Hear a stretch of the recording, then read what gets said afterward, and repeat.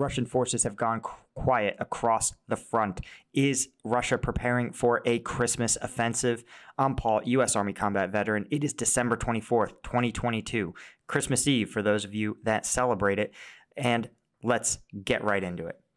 Okay, first off, when we look at the tactical map, you guys can see that all around Bakhmut, there have been no reported ground assaults. This is unusual, and even more unusual is the fact that there's no ground assaults anywhere. From Donetsk city to Crimea, not one Russian ground assault. And we've seen in the past, this is usually a natural operational pause while Russian forces will refit and prepare to resume offensive operations. What's interesting to me is that, of course, when Russia and Putin are pretty legendary for timing their major military operations around holidays. This is most famously in the Russian invasion of Afghanistan, or rather the Soviet invasion of Afghanistan in 79. And what defines that is it was actually also done on Christmas Day, which doesn't have significance to the Afghans, a primarily Muslim country, and many Orthodox Christians also don't follow the December 25th Christmas alignment. But who that is an effective distraction for are U.S. And Western European countries who largely follow December 27th or December 25th as Christmas. And so, as we know, Putin has messaged and possibly and believes that Ukraine is, he claims, a puppet state of NATO. And so if he's preparing something major to take place on Christmas Day, there's a belief that doing so, that the U.S. and Western European publics will be distracted by Christmas and not pay attention to the news of whatever operation he undertakes. It's worth noting that, of course, the largest religious denomination in Ukraine is actually an Orthodox Christianity, which extends Christmas to January 7th. So while it is the Christmas season, December 25th does not hold the same significance for the majority of Ukrainians, right? That it would for again, Western European Catholics and Protestants who identified December 25th. So that's what I would imagine Russia is preparing to do right now, stage what is to them a major Christmas offensive. Of course, the problem is, as we've seen, when they take these one-day pauses, the subsequent attacks are more intense, but they are a long, long way from being a real offensive. As we've talked about, Russia can't seem to achieve the preparation and troop concentrations necessary to actually launch a true major offensive. Ukrainian drones, artillery, and intelligence just do too good a job of detecting Russian forces as they gather and forcibly dispersing them before they can become a major offensive push, meaning that the best Russia can do is send small groups of less than 100 men in these offensive operations. But Russia may actually be preparing for something a little bit more. I just want to point out, head over to Ground News, that discusses, of course, the fact that while it is still the Christmas season in Ukraine, it has Russia's attacks on its infrastructure have done a lot to damage the actual morale, right? There's far less festivities, less lights in the main square. As always, you guys know, Ground News, big supporter of the channel. Check them out for free with my link in the description. They're a great way to triangulate the news stories and fight media bias. You guys can see, of course, lots of center sources are reporting the fact that Putin is doing his best to cancel Ukrainian Christmas.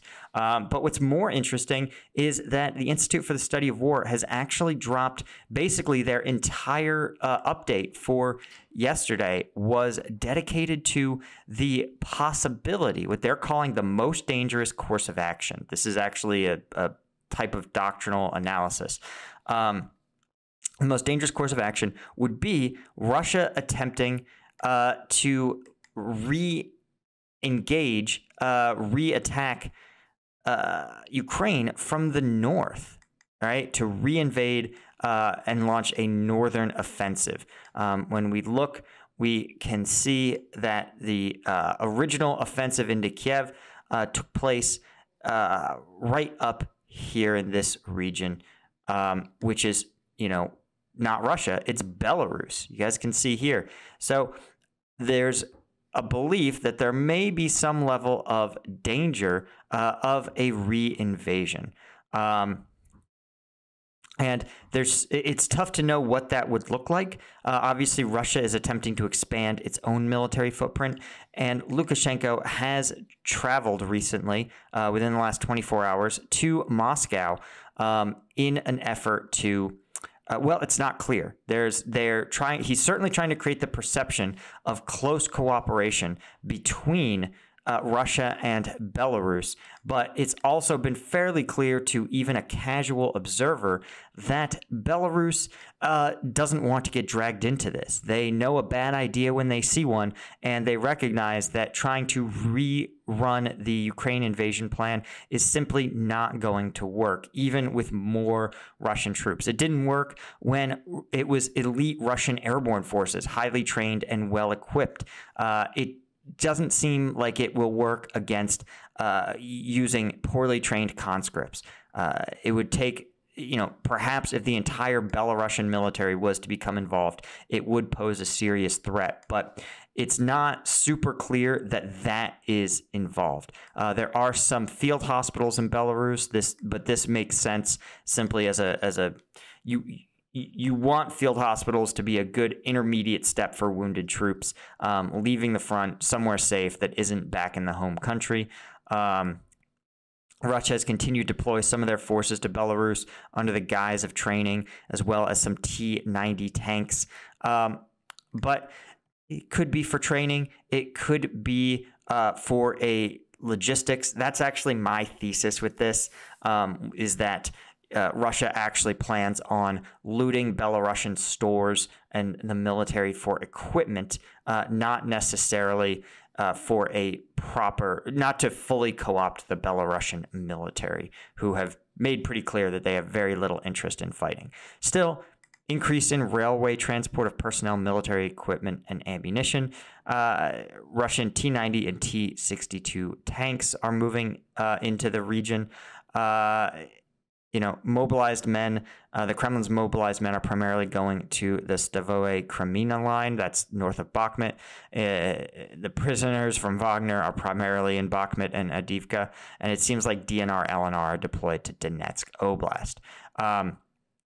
So it's tough to say if there will be what they're calling a diversionary attack to the north. It's also possible that they are just posturing in an effort to get Ukraine to divert some of its forces to simply counteract the threat of a large invasion. And that also may be possible. It's even possible that Lukashenko will announce that the Belarusian military is supporting the Russian military, but there's no actual plans for them to enter Ukrainian territory, and that it would simply be another farce in order to redeploy Ukrainian forces away from eastern Ukraine and towards Kiev.